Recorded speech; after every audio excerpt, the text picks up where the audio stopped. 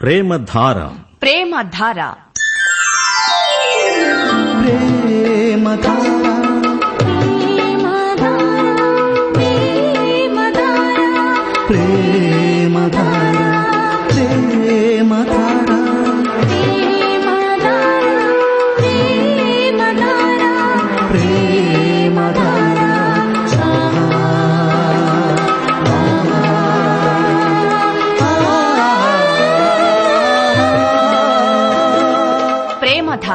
ప్రేమధార తెలుగు ప్రజలకు పరలోక వరంగా దేవుడు ప్రసాదించిన అపూర్వ కానుక ప్రేమధార. మీ ఇంటిల్లిపాది కోసం ప్రసారం చేయబడుతున్న సరికొత్త కార్యక్రమం ప్రేమధార. మనుషులంటే దేవునికి ఎంతో ప్రేమ. మీరంటే ఆయనకు మరింత ప్రేమ. మీరు వింటున్న ఈ కార్యక్రమం ద్వారా దేవుని ప్రేమ మీ ఇంట్లోకే ప్రవహిస్తోంది. వినండి, ప్రేమధార. ప్రభునందు ప్రియులైన ప్రేమధార శ్రోతలకు మన ఆలోచనకర్త, మన ఆదరణకర్త, ఈ సృష్టికే కర్త అయిన క్రీస్తు యేసు మహిమోన్నతమైన నామంలో శుభవందనాలు. సకాలానికి రేడియోకు చేరొచ్చిన మిమ్మల్ందరినీ దేవుడు దీవించి ఆశీర్వదించునుగాక. గత కొన్ని దినాలుగా మీరు వింటూ ఉన్న ఈ యోబు గ్రంథ ధ్యానాలు మీ వ్యక్తిగత కుటుంబ జీవితాల్లో ఎదురయ్యే అనేక సమస్యలకు, శ్రమలకు, కష్ట నష్టాలకు, వ్యాధి బాధలకు సైతం విడుదల, సమాధానము, నెమ్మది పొందడానికి ఎంతగానో దోహదపడగలని భావిస్తున్నాం. మంచిది. ఈ లోకంలో చెడు చేసి లేక చెడు చెప్పి ఎదుటివారికి కష్టం లేక బాధ కలిగించేవారు ఆయా సందర్భాల్లో మనకు తారసపడుతూ ఉంటారు. కాని మంచి చేస్తున్నట్టుగా మంచి మాటలతోనే మనుషులకు మరింత కష్టం వాటిల్లా చేసేవారిని మీరెప్పుడైనా చూశారా? అంతేకాదు, మరో కోవకు చెందినవారు కూడా ఉన్నారు. వీరు నీతులు భలేగా చెబుతుంటారు, కాని వెనక గోతులు తవ్వుతుంటారు. ఇలాంటి వారుగాని మీ కంటపడితే మరలా మీ వెంట రాకుండా తగు జాగ్రత్త వహించాల్సమా? సరే, ఏదేమైనా ఈరోజు పాఠంలో మూలిగే నక్క మీద తాటికాయ పడ్డట్టుగా ఎంతో తీవ్రమైన వ్యాధి బాధతో కుమిలిపోతున్న యోబుపై తాటికాయ పడిన దానికంటే కూడా మరింత వేదనకు గురిచేసే మాటలు తన స్నేహితులే ఏమని పలుకుతున్నారో విందాం. బాధలో ఉన్న యోబును ఆదరించాలని వచ్చారు, కాని వేదనకు గురిచేస్తున్నారు. కారణం ఏమిటో తెలుసుకుందాం. అసలు ఈ నీతిమంతునికి ఇన్ని శ్రమలెందుకో వివరాలు సవివరంగా తెలుసుకుందాం.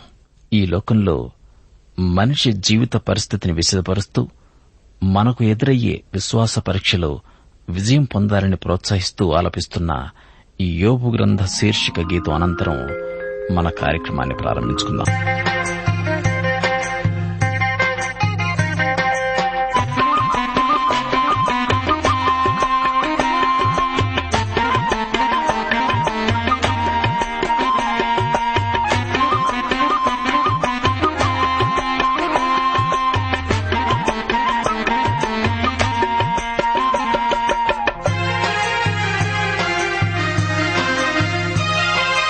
అన్ని పోయిన దేవుడున్నాడని, అన్ని వేళల దేవుని స్తుతించాలని,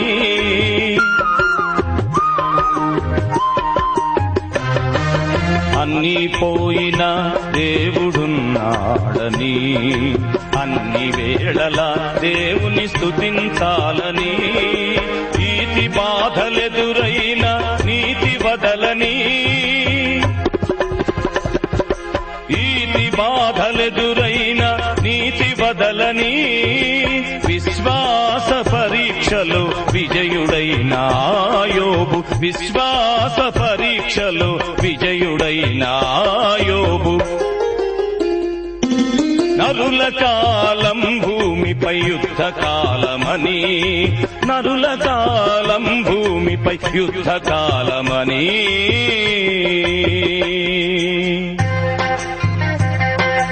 ప్రియ శ్రోతలు, బాగున్నారా? ఇంట్లో అందరూ కులాసాగా, ఆరోగ్యంగా, ఆనందంగా ఉన్నారా? పిల్లలు సక్రమంగా బడికి వెళ్లి చదువుకుంటున్నారా?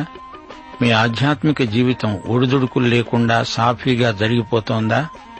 ఆస్తిపాస్తులను గురించి, ఉద్యోగము, సంపాదన, ఖర్చులు, ఇలాంటి సమస్యలు మీ ఆధ్యాత్మిక జీవితానికి అడ్డు తగులుతున్నాయా? ఏమీ లేదు. మీకొక చిన్న చిట్కా చెప్తాను. వెనకటికి ఒక వృద్ధుడు ఒక యువకుడితో మాట్లాడుతూ ఉండగా సంభాషణ వశంలో పరలోకం ప్రసక్తి వచ్చింది. యువకుడు అడిగాడు, తాతాజీ, మీరు చాలా పెద్దవారైపోయారు, పరలోకానికి చాలా చేరువగా ఉన్నారు అనుకుంటాను. వృద్ధుడన్నాడు, మనుమడా, నేను నీ వయస్సప్పుడే పరలోకంలోకి పుట్టాను, ఇప్పటి వరకు అక్కడే ఉన్నాను. యువకుడు ఆశ్చర్యపోయాడు.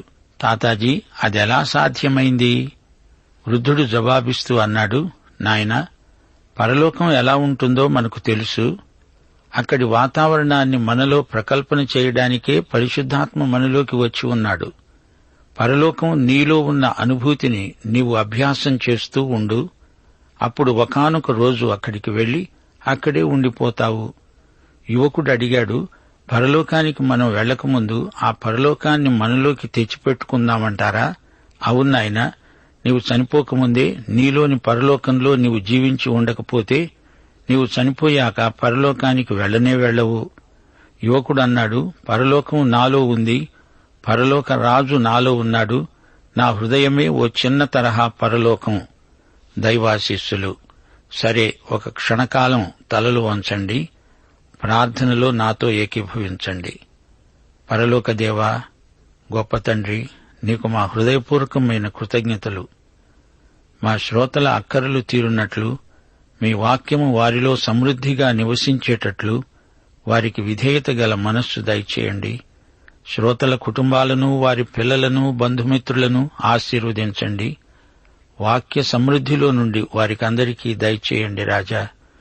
మా దేశమును, దేశ ప్రజలను, వారి కుటుంబాలను, మా దేశ సంఘాలను, సంఘబిడ్డలను, వారి నాయకులను ఆశీర్వదించండి, బలపరచండి. రోగగ్రస్తులను ముట్టి స్వస్థపరచండి. శ్రమలలో విశ్వాసులు నిరుత్సాహపడకుండా, విశ్వాసాన్ని కోల్పోకుండా వారిని ఆత్మయందు బలపరచండి. సువార్త సేవ ముమ్మురంగా జరిగేటట్లు ప్రజలకు ప్రోద్బలాలు అనుగ్రహించండి. మా దేశ పాలకులను, అధికారులను ఆశీర్వదించండి. దేశమందు శాంతి భద్రతలు నెలకొల్పండి ప్రభు. చంటి బిడ్డలను, బాలింతలను ఆశీర్వదించండి. క్రైస్తవ వైద్యులను, నర్సులను రోగుల సేవయందు ఆశీర్వదించండి ప్రభు. త్రాగుడు, జూదము మొదలైన దుర్వ్యసనాలకు బానిసలైపోయిన వారి విడుదల కొరకై ప్రార్థిస్తున్నాము. నేటి వాక్య ధ్యానమందు మాకు నూతన అనుభవాలు దయచేయండి. దూరదేశాలలో ఉన్న విశ్వాసులను, వారి కుటుంబాలను సాక్ష్యార్థమై బలపరచండి. యేసు నామమున ప్రార్థిస్తున్నాము తండ్రి, ఆమేన్. ప్రియ శ్రోతలు, ఈ రోజున మనం యోబు గ్రంథం 4, 5 అధ్యాయాలు వింటాము. మొదటి వచనం నుండి, తేమానీయుడైన ఎలీఫజు ఈలాగు ప్రత్యుత్తరమిచ్చాడు. యోబు సాక్ష్యానికి ఎలీఫజు ఇస్తున్న ప్రత్యుత్తరమిది. 7 రోజులు యోబు స్నేహితులు 3 అతనికి ఎదురుగా అలాగే కూర్చుండిపోయారు. యోబును సునిశితంగా పరీక్షిస్తున్నారు, తలలూపుతున్నారు. యోబు శ్రమల కంటే తన స్నేహితుల వాడి చూపులు అతణ్ణి ఎంతో కలవరపెట్టాయి, బాధించాయి. యోబే మొదట మాట్లాడాడు. యోబు మాటల్లో నిరాశావాదం ద్యోతకమవుతోంది. ఇప్పుడు 3 స్నేహితులు వరుసగా మాట్లాడబోతున్నారు. మొదటివాడు ఎలీఫజు, రెండోవాడు బిల్దదు, ఆ తరువాత జోఫరు. ఈ 3 పేర్లకు అర్థాలేమిటో మీరు తెలుసుకోవడం మంచిది. ఎలీఫజు అంటే దేవుడే బలం, దేవుడే మేలిమి బంగారం అని కూడా అర్థమొస్తుంది. బిల్దదు అంటే వివాదపుత్రుడు. ఇతనిది నీచ బుద్ధి. తర్క వితర్కాలంటే ఇతనికి ఆసక్తి మెండు. మోటు మనిషి, మొరటు మాటలు. కుండ బద్దలు కొట్టినట్లే పెళుసుగా ఉంటాయి ఇతని మాటలు. ఇతని వాగ్ధోరణి విమర్శనాత్మకమైనది, వివాదాస్పదమైనది. జోఫరు అంటే పిచ్చుక. పిచ్చుకలాగా కిచకిచమంటాయి ఇతని మాటలు. యోబు మీద నిరాధారమైన నిందారోపణలు చేస్తాడు. ఈ మిత్రత్రయం యోబు సమస్యను చర్చిస్తూ ఉపన్యాసాలు దంచుతున్నారు. యోబు వీరికి జవాబులు చెప్తున్నాడు. వీరి ఉపన్యాసాలన్నీ మానసికమైన సాముగరిడీలు మాత్రమే. ఆ రోజుల్లో ఇలాంటి చర్చావేదికలు పలుచోట్ల నిర్వహించబడుతూ ఉండేవి. ఈ 3 మాట్లాడుతూ ఉంటే ఇదంతా ఒక వేదాంత గోష్ఠిలాగా ధ్వనించింది. అనేక మంది ఈ వేదాంతోపన్యాసాలు వినడానికి వచ్చారు. ఆ రోజుల్లో ప్రజలకు అంత గొప్ప నాగరికత లేకపోవచ్చు గాని వారి మానసిక చింతనా ధోరణులు ఎంతో గంభీరమైనవి. నేటి ప్రజలకు అంత మానసిక శక్తులు లేకపోయినా భౌతిక నాగరికత అవధులు దాటిపోయింది. మానసిక మేధావులు కొద్దిమందే. యోబు ప్రథమ ప్రసంగంలో తన దయనీయ స్థితిని వలపోసుకున్నాడు. నిరాశావాదాన్ని వ్యక్తపరిచాడు. నాకున్నదంతా పోయింది, దేవుడు నాకు దూరమైపోయాడు అని వలవల ఏడ్చాడు యోబు. అతని గుండెల్లో నిస్పృహ నిండి ఉంది. ఇప్పుడు ఎలీఫజు మాట్లాడుతున్నాడు. ఎంతో అనుభవం గడించినవాడు. తన అనుభవాలను పూసగుచ్చినట్లు వివరంగా చెప్పుకుపోతున్నాడు. అనర్గళంగా మాట్లాడుతున్నాడు. 8వ వచనంలో ఇతని ప్రసంగానికి కీలకం ఉంది. నేను చూచినంత వరకు అంటాడు. అంటే ఇతడు చాలా చాలా సంగతులు తరచి తరచి చూచాడట. గొప్ప మేధావి, వక్త. ఎవరూ వినని కనని సంగతులు ఈ పండితునికి తెలుసు. యోబు, ఎవడైనా ఈ సంగతి ఎత్తి నీతో మాట్లాడితే నీకు వ్యసనం కలుగుతుందా? అయితే వాదించకుండా ఎవడు ఊరుకోగలడు? యోబు, నేను ఉపన్యసిస్తాను, నీకు అభ్యంతరమా? అభ్యంతరమైనా కాకపోయినా నేను మాట్లాడేదే. నేనిక ఊరిక కూర్చోలేను. ఎలీఫజు ధోరణి ఇలాగే ఉంటుంది. యోబు, నీవు అనేకులకు బుద్ధి నేర్పావు, బలహీనమైన చేతులను బలపరిచావు. నీ మాటలు తొట్టిల్లే వారిని ఆదుకొని ఉంటాయి. కుంగిపోయిన మోకాళ్లు గలవారిని నీవు బలపరిచావు. అయితే ఇప్పుడు శ్రమ నీకు తగలగా నీవు దుఃఖాక్రాంతుడివయ్యావు. ఇంతకు ముందు ఇతరులకు ఎంతో మేలు చేశావు, ఇప్పుడు కీడు నీ మీదికి వచ్చింది. ఇతరులకు ఎన్నెన్నో నీతులు చెప్పావే, అవన్నీ ఏమయ్యాయి? నీవు భక్తు వేషధారివి. ఒకరికి చెప్పింది నీవు చేయనక్కర్లేదా? ఇతరులకు చెప్పింది నీవు చేయలేకపోయావు, అందుకే ఈ విధంగా మాట్లాడుతున్నావు. కష్టాల్లో ఉన్న వారిని ఓదార్చేవాడివి. ఆ కష్టాలు నీమీదికే వచ్చినప్పుడు బెంబేలు పడిపోతున్నావా? నీ భక్తి నీకు ధైర్యం పుట్టించదా? నీ యథార్థ ప్రవర్తన నీ నిరీక్షణకు ఆధారము కాదా? బిల్దదు జోఫరుల కంటే ఎలీఫజు నర్మగర్భంగా మెత్తగా మాట్లాడుతూ వాతలు పెడుతుంటాడు. యోబు, జ్ఞాపకం చేసుకో, నిరపరాధి అయిన ఒకడు ఎప్పుడైనా నశించాడా? యథార్థవర్తనులు ఎక్కడనైనా నిర్మూలమయ్యారా అంటున్నాడు. ఇది కేవలం నిరాధారమైన ఆక్షేపణ. యోబులో ఏ దోషమూ లేదు. యోబును ఈ స్నేహితుడు అపార్థం చేసుకుంటున్నాడు. దేవుడే యోబును గురించి మంచి సాక్ష్యం పలికాడు గదా. ఎలీఫజుకు దేవుడెవరో తెలిసి ఉంటే గదా. దేవునికి దేవుని బిడ్డకు మధ్య వ్యవహారాన్ని తీర్చడానికి మనుషులలో ఎవరూ సరైన మధ్యవర్తులు కాజాలరు. దేవుడొక్కడే. దేవునికి మనుష్యులకు మధ్యవర్తి ఒక్కడే. ఆయనే యేసుక్రీస్తు అనే నరుడు. అలాంటి మధ్యవర్తి తనకు దేవునికి మధ్య ఉంటే ఎంత బాగుండు అని యోబు ఎంతో వాపోయాడు. 1 తిమోతి 2:5 అప్పటికి యోబుకు తెలియదు. ఈ రోజున మనం యేసుక్రీస్తు ద్వారా దేవుని వద్దకు నిరభ్యంతరంగా చేరగలం. నేను చూచినంత వరకు అక్రమమును దున్ని కీడును విత్తేవారు దాన్నే కోస్తారు. యోబు, నీలో ఏదో రహస్య పాపమున్నది. అదేమిటో చెప్పకుండా నీవు దాచిపెడుతున్నావు. నీవు విత్తిందే కోస్తావు. దేవుడు ఊదగా వారు నశిస్తారు. ఆయన కోపాగ్ని శ్వాసము వలన వారు లేకుండా పోతారు. ఇక్కడ ఎలీఫజు తప్పు మాట్లాడుతున్నాడు. దేవుడు తన బిడ్డలను శిక్షిస్తాడు గాని నాశనం చెయ్యడు. సింహగర్జన, క్రూర సింహపు శబ్దము నిలిచిపోతాయి. కొదమ సింహముల కోరలు విరిగిపోతాయి. ఎరలేనందున ఆడు సింహము నశిస్తుంది. సింహపు పిల్లలు చెల్లాచెదరైపోతాయి. చేసుకున్న వారికి చేసుకున్నంత. నీ గతి కోరలు విరిగిన సింహంలాగే ఉంది. 12 నాకొక మాట రహస్యంగా తెలుపబడింది. నా చెవిలో ఒకడు గుసగుసలాడినట్లుగా అది నాకు వినపడింది. గాఢ నిద్ర మనుష్యులకు వచ్చే సమయంలో రాత్రి కలల వలన పుట్టే తలంపులలో అది కలిగింది. భయము, వణుకు నాకు కలిగాయి. అందువలన నా ఎముకలన్నీ కదిలాయి. నాకు కలిగిన దర్శనం గొప్ప మర్మం. వినండహో వినండి. ఒకని శ్వాసము నా ముఖాన్ని కొట్టగా నా శరీర రోమములు పులకించాయంటే నమ్మండి. అది నిలువబడగా దాని రూపమును నేను గుర్తుపట్టలేకపోయాను. ఒక రూపము నా కన్నుల ఎదుట కనబడింది. మెల్లనైన ఒక కంఠస్వరమును నేను విన్నాను. ఏమనగా, శ్రోతలు వింటున్నారా? ఎలీఫజు గొప్ప వక్త, సందేహం లేదు.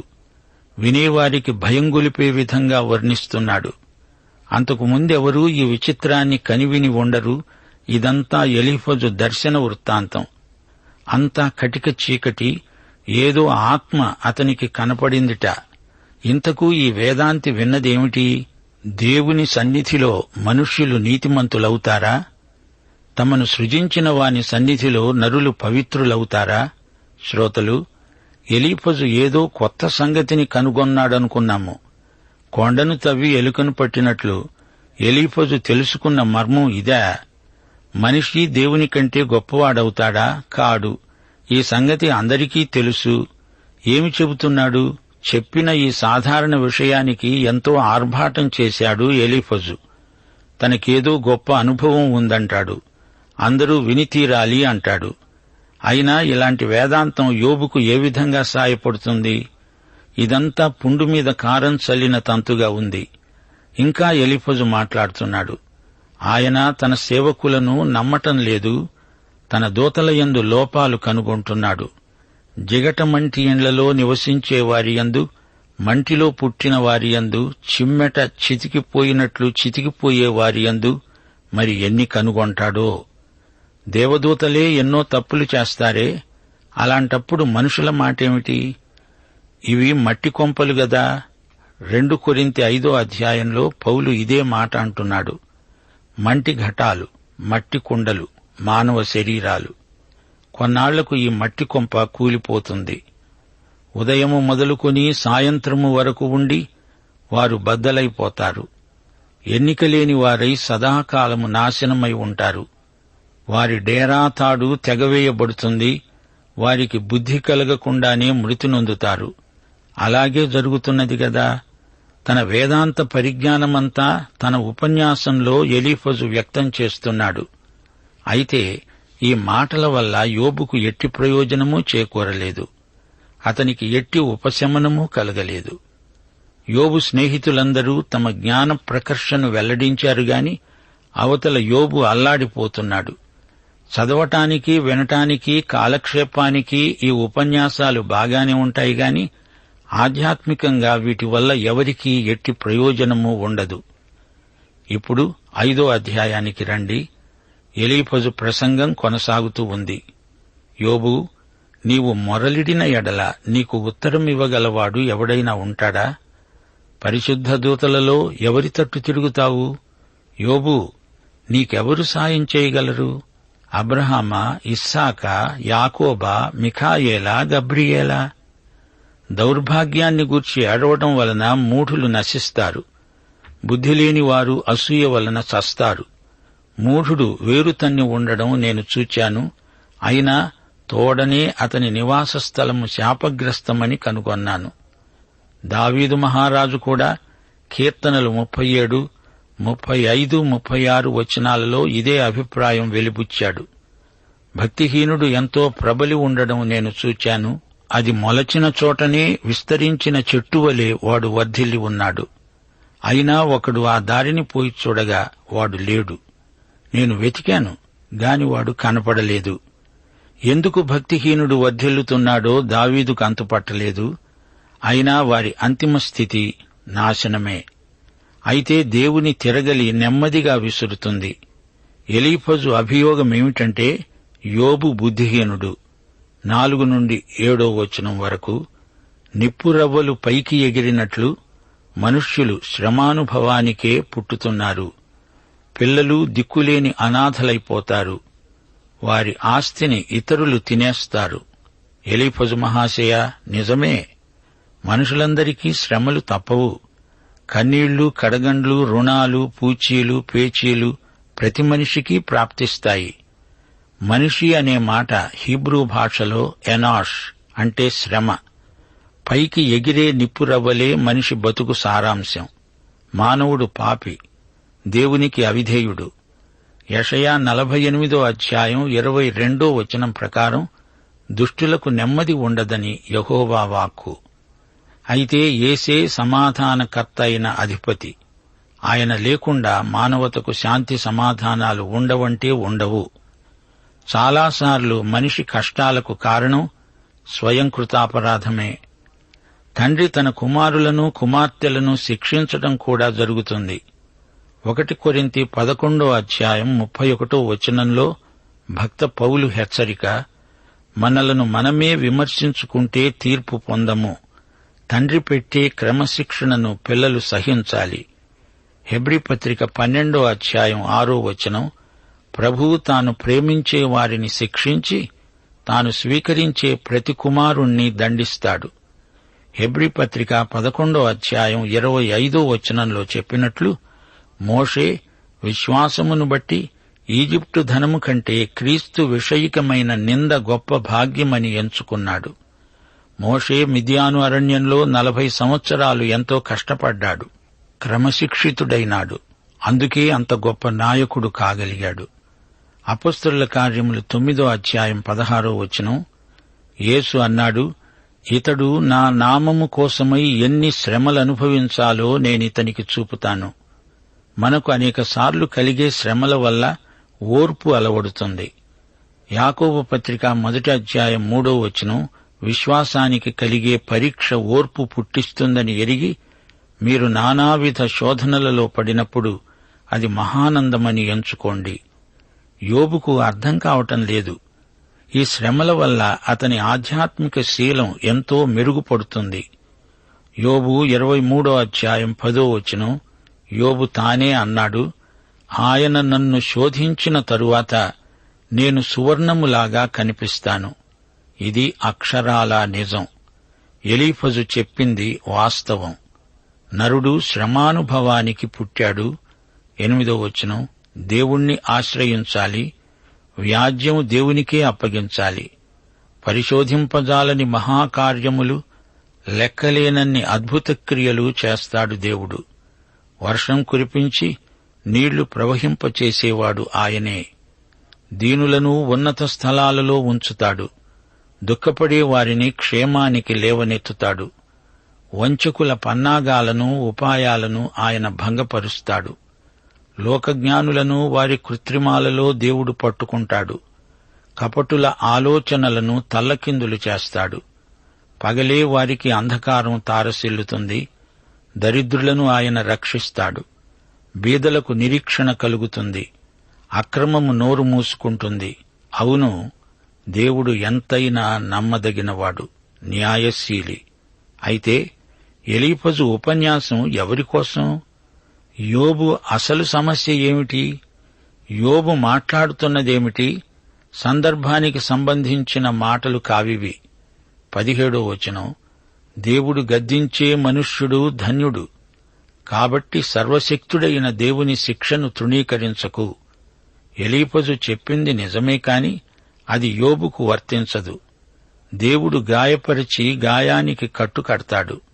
ఆయన చేతులే స్వస్థపరుస్తాయి. 6 బాధలలో నుండి ఆయన నిన్ను విడిపిస్తాడు. 7 బాధలు కలిగినా నీకు ఏ కీడు తగలదు. ఈ వేదాంతి 6, 7 అంకెలు వాడుతున్నాడు. 7 అంటే సంపూర్ణం. అంటే శ్రమల వేదాంతం ఇతనికి పూర్తిగా తెలుసుట. 7 బాధల నుండి విడుదల.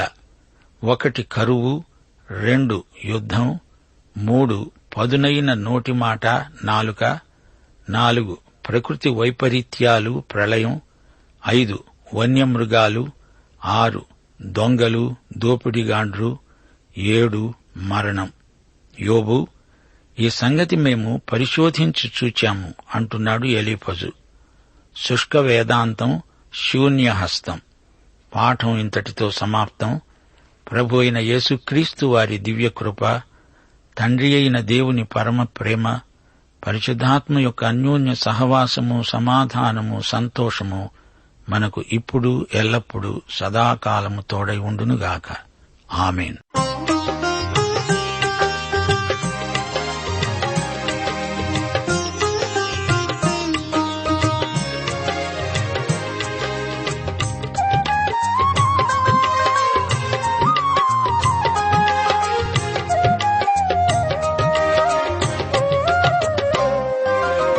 నా దేవా నా దేవా నా దేవా నా దేవా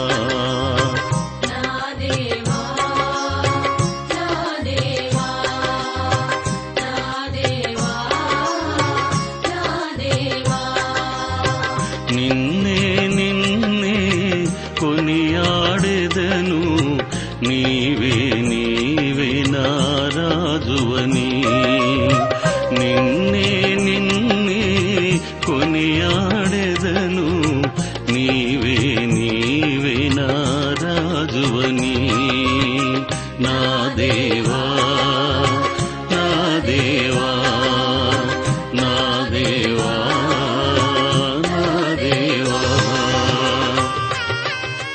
ముఖ్య గమనిక: ఆదికాండము నుండి ప్రకటన గ్రంథం వరకు బైబిల్ సంగ్రహ సమీక్ష పుస్తకం మరియు ప్రేమధార రేడియో సందేశాల మెమరీ చిప్ మరియు డివిడీలు సిద్ధంగా ఉన్నాయి. వీటిని పొందుకున్నటకు లేదా వివరాల కొరకు వెంటనే ఉత్తరం రాయండి లేదా ఫోన్ చేయండి. నా బాధలలో నన్ను బ్రతికించి నెమ్మదినిచ్చెను నీ వాక్యమే.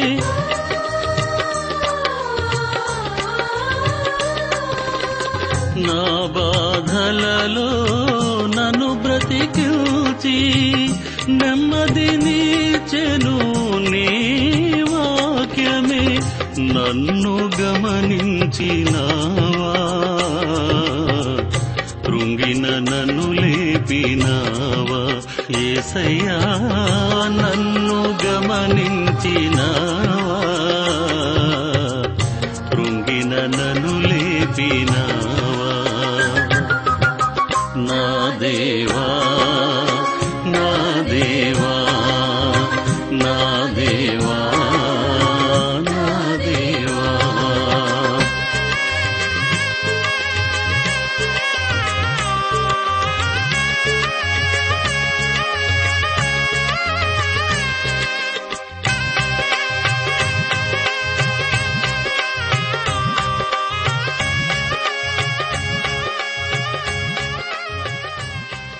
ప్రేమధార బైబిల్ అధ్యయన కార్యక్రమంలో మీరింతవరకు యోబు గ్రంథ వర్తమానాలు వింటూ ఉన్నారు. ఈ వర్తమానములు మీ అనుదిన ఆత్మీయ జీవితాన్ని మరింత శక్తితో, ధైర్యంతో, సహనంతో కొనసాగించడానికి సహాయపడగలవని భావిస్తున్నాం. మరియు మీ ప్రార్థన అవసరతలు, సలహాలు, సందేహాలు వెంటనే మాకు తెలియపరచగలరు. మా అడ్రస్: ప్రేమధార, ట్రాన్స్‌వరల్డ్ రేడియో ఇండియా, తపాలా సంచి 4, సికింద్రాబాద్ 500017. మా సెల్ ఫోన్ నంబర్లు 9399525570. మరొక నంబర్ 9399952580.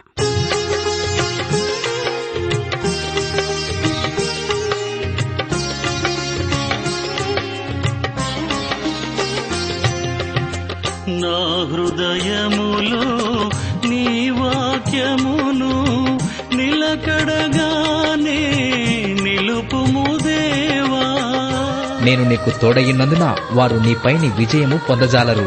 ఇర్మియా 1:19. హృదయములో నీ వాక్యమును నిలకడగానే నిలుపుము దేవా. నన్ను బలపరచు దేవా, నన్ను నడిపించు దేవా యేసయ్యా.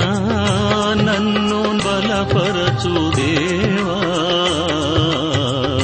నన్ను నడిపించు దేవా.